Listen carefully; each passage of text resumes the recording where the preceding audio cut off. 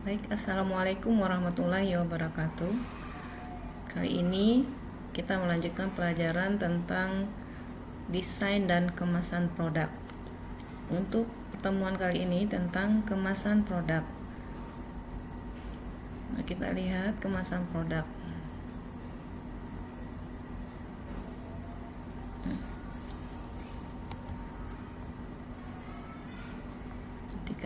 Setelah mempelajari materi tentang kemasan produk, maka siswa diharapkan mampu memahami tentang pengertian kemasan produk, memahami tentang fungsi kemasan produk, ketiga, tujuan kemasan produk, dan jenis-jenis kemasan produk.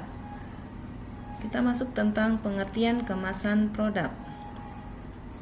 Kemasan produk dipahami ya, kemasan produk. Pengemasan sama dengan pengemasan adalah suatu proses pembungkusan perwadahan atau pengepakan suatu produk dengan menggunakan bahan tertentu sehingga produk yang ada di dalamnya bisa tertampung dan bisa terlindungi. Menurut Kotler, packaging merupakan proses yang berkaitan dengan perancangan dan pembuatan wadah atau pembungkus suatu produk. Kemasan produk adalah bagian pembungkus dari suatu produk yang ada di dalamnya. Pengemasan ini merupakan salah satu cara untuk mengawetkan atau memperpanjang umur dari suatu produk, baik itu produk berbentuk makanan ataupun produk lainnya yang ada di dalamnya. Fungsi dari kemasan. Tujuan fungsi dari kemasan ya. Kenapa adanya kemasan produk? Tentunya dipahami fungsi-fungsinya. Satu, sebagai pelindung isi. Kedua, sebagai kemudahan menggunakan produk. Ketiga, untuk pemakaian ulang. Keempat, daya tarik, baik itu dari desainnya, warnanya, ataupun artistiknya atau daya seninya. Kelima, identitas. Kalau ada kemasan produk, tentunya menentukan identitas produk. Kemudian distribusi, mudah untuk menyalurkan atau memindahkan barang tersebut. Ketujuh, sebagai informasi, baik itu di dalam kemasan itu tentang cara penggunaan produk. Kedelapan, pengembangan untuk kemajuan teknologi, misalnya suatu produk yang sudah lama di produk atau dihasilkan untuk meningkatkan produksinya, maka perlunya ada pengembangan dalam bentuk kemasan. Tujuan kemasan produk. Menurut Lau and Kimber tahun 2007, kemasan dan pelabelan kemasan mempunyai beberapa tujuan. Secara fisik, production melindungi objek dari suhu, getaran, guncangan, dan tekanan. Barrier protection atau melindungi dari hambatan oksigen, air, debu, dan sebagainya. Ketiga, containment or agglomeration. Benda-benda kecil biasanya dikelompokkan bersama dalam satu paket dan untuk efisiensi transportasi dan penanganan. Keempat, information transmisi informasi tentang cara menggunakan transportasi, daur ulang, membuat paket produk. Kelima, reduction theft, kemasan yang tidak dapat ditutup kembali atau yang akan rusak secara fisik, sangat membantu dalam pencegahan pencurian paket, juga termasuk memberikan kesempatan. Berikutnya,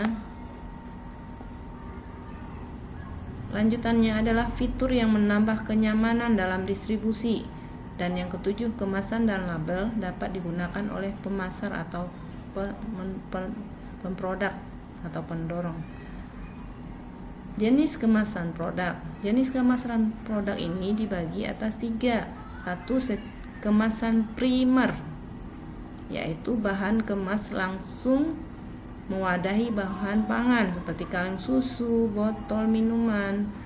Kalau kemasan sekunder, yaitu kemasan yang fungsi utamanya melindungi kelompok kemasan lainnya seperti kotak karton, kaleng susu untuk wadah kaleng susu, ya kotak kayu untuk wadah buah-buahan dan sebagainya. Kemudian kemasan tersier atau quarter, yaitu kemasan yang diperlukan untuk menyimpan pengiriman, identifikasi Kemasan tersier umumnya digunakan sebagai pelindung selama pengangkutan. Nah, berdasarkan frekuensi pemakaiannya, kemasan produk dibagi atas 3 jenis juga, yaitu kemasan sekali pakai, yaitu kalau sudah dipakai dibuang juga tidak apa-apa, contohnya bungkus plastik, bungkus permen, bungkus daun, dan karton atau makanan kaleng. Kemasan yang dapat dipakai berulang kali seperti kemasan jenis ini umumnya tidak dibuang oleh konsumen, biasanya untuk barang-barang elektronik, botol minuman.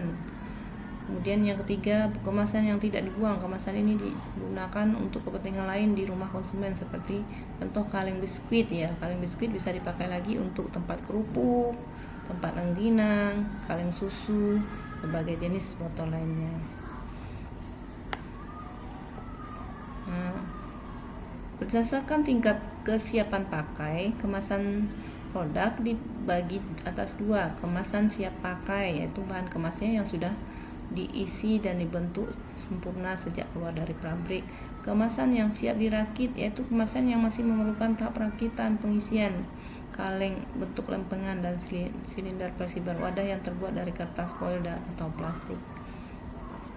Dalam membuat produk ada 6 tahapan: tahap perencanaan, pengembangan konsep, pengembangan tingkat sistem, perancangan, pengujian, perbaikan, dan peluncuran produk. Nah, pada peluncuran produk ini harus ada desain atau rancangan dari suatu kemasan produk. Persyaratan dari bahan kemasan. Persyaratannya kemampuan daya membungkus yang baik, kemampuan melindungi isi, kemampuan sebagai daya tarik terhadap konsumen, persyaratan ekonomi atau meningkatkan hasil ekonomi, hasil penjualan, mempunyai ukuran, bentuk, dan bobot yang sesuai dengan aturan yang berlaku.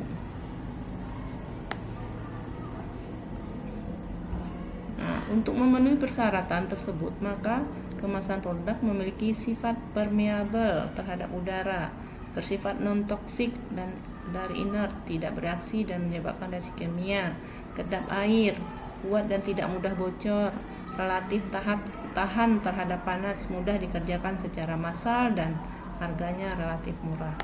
Ini contoh kemasan produk menjual produk celana jeans.